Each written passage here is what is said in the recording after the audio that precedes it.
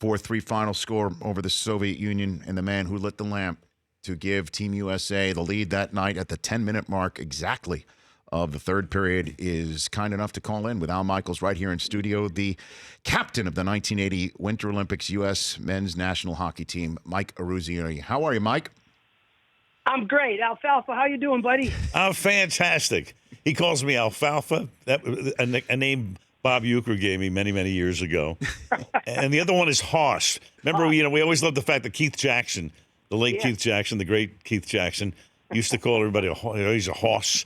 And then he called Hugh Green when Hugh Green was at Pittsburgh and a great defensive end. He said he's a Hoss and a half. So Mike and I we've hossed each other for 38 years now. It's always great to be on the air with you, friend. When was the first time, Mike, that you met Al? Do you recall that? In Lake Placid. Mm-hmm. And then I ended up having the pleasure of working with Al and Ken a few Olympic games.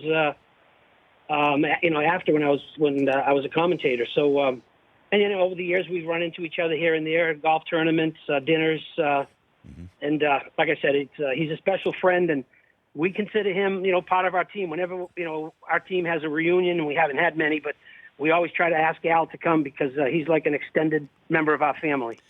Well, I feel like the mascot. I'm like the San Diego Chicken with you guys. I mean, you guys wrote the script. I just happen to have the coda on it at the end of the game. But what you guys did, I mean, 38 years later, people just still love to talk about it. And the thing, Rich, is that Mike goes around the country, and boy, they played that tape, and then Mike gets up there, and the place just goes crazy. Yeah, it's really been funny, Al. Especially now the last Olympic Games, obviously the phone rings off the hook. Everybody wants to talk about it. Everybody wants to compare. Was this year's team like the 1980 team? And then I got an article the other day, the curling team that won the gold medal. It was called Miracle on Ice. Right. Miracurl. Yeah. Miracurl. That's right. Miracurl. I think the article was. Yes. And you try to just nothing. This will never happen again, and it's not about patting ourselves on the back. It's just the whole criteria, the scenario, the Russia's 30-something countries, not one, and the amateur versus the pros, and it'll be an event that you just kind of leave it alone and let it sit by itself. No, you have to, and then inside the game itself, Mike. When you think about the fact that people always forget that you guys were able to overcome 3 deficits. It was 1-0, it was 2-1, it was 3-2 Soviets. You get the game-winning goal, as it turned out, the tie-breaking goal at the 10-minute mark. But the other thing, as you well know, so much of that game was played in the United States end. People forget the Soviets had 39 shots on goal, and the United States had 16. Right. And it's funny. I saw the game the other day, Al, for the second time since 1980. I'm in the process of possibly writing a book, and the author, a co-author, wanted me to watch the game with him. And I said, I really haven't seen it, but it'd be fun to watch. Mm-hmm. And it was amazing to watch the last 10 minutes, though. When we took the lead, I think they only had 3 shots on goal in the last 10 minutes of the game. Mm-hmm. So I was surprised at how well we played once we got the lead. And then the other thing that people don't remember, and I tell them all the time, is we didn't play just one game. We were behind against Sweden, we were behind against the Czechs, we were behind against Norway, we were behind 2 against West Germany, right. We were behind against Finland, and still found a way to come back and win. And right. I think that's just a testament to we weren't lucky. It wasn't a fluke. We had some pretty good players. Oh, as it turned, no question about it. And there's such resolve and such resiliency. And when you watch those last 10 minutes, and what I remember about those last 10 minutes, 2 things, Mike. Number one, I mean, all of a sudden, the U.S. team begins to dominate after the Soviets had really dominated for the first, 48, 50 minutes of the game. And then I remember the Soviets were skating insanely short shifts. It was almost like they were out of rhythm. Guys were on the ice for 20 seconds, then they were off. And the other thing that people forget, Mike, is they didn't pull the goalie.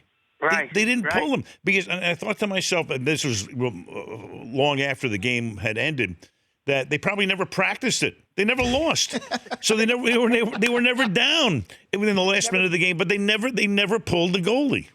Yeah, they never pulled the goalie. And the other thing when I watched the game was they had 3 or 4 icings in the last 10 minutes. That was very uncharacteristic of the Soviets. They never dumped the puck in the zone. They always regrouped and attacked. And again, our speed, our conditioning, our youth, all came to a head right there in our advantage. Yeah. Mike, I think about so many things. I mean, when the Russians won the gold medal the other night and beat Germany, what the shocking thing to me was in those years, the Soviets won constantly. So they would win the game, big deal. Maybe they'd congratulate each other, and then they'd get into the line to, shake the opponent's hands. Meanwhile, the Russians the other night, they were almost like you guys were in 1980. And I think I told you that in Sochi, I had the chance to interview Tretiak, who was the goalie who was pulled after the first period, and Michigan came in to finish the game.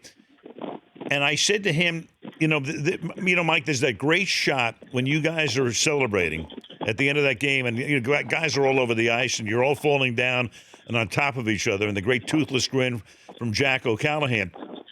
And there's that one cutaway shot. I think it was Golikov of the Soviet team, and he had his chin perched on the stick, and he had that look like, wow, look at that, look at what those guys are doing. And I said to Tretiak and Sochi when I had him in the studio, I said, what were you guys thinking? You guys didn't do that. You saw the American team jumping up and down, falling down on the ice. Oh, he said, they look like the happiest people in the world. We wished we were them. So here we are, 38 years later, and you saw a very different emotion on the part of the Russian team when they won the gold medal the other day. So true. The Rich Eisen Show, weekdays at noon Eastern on Audience.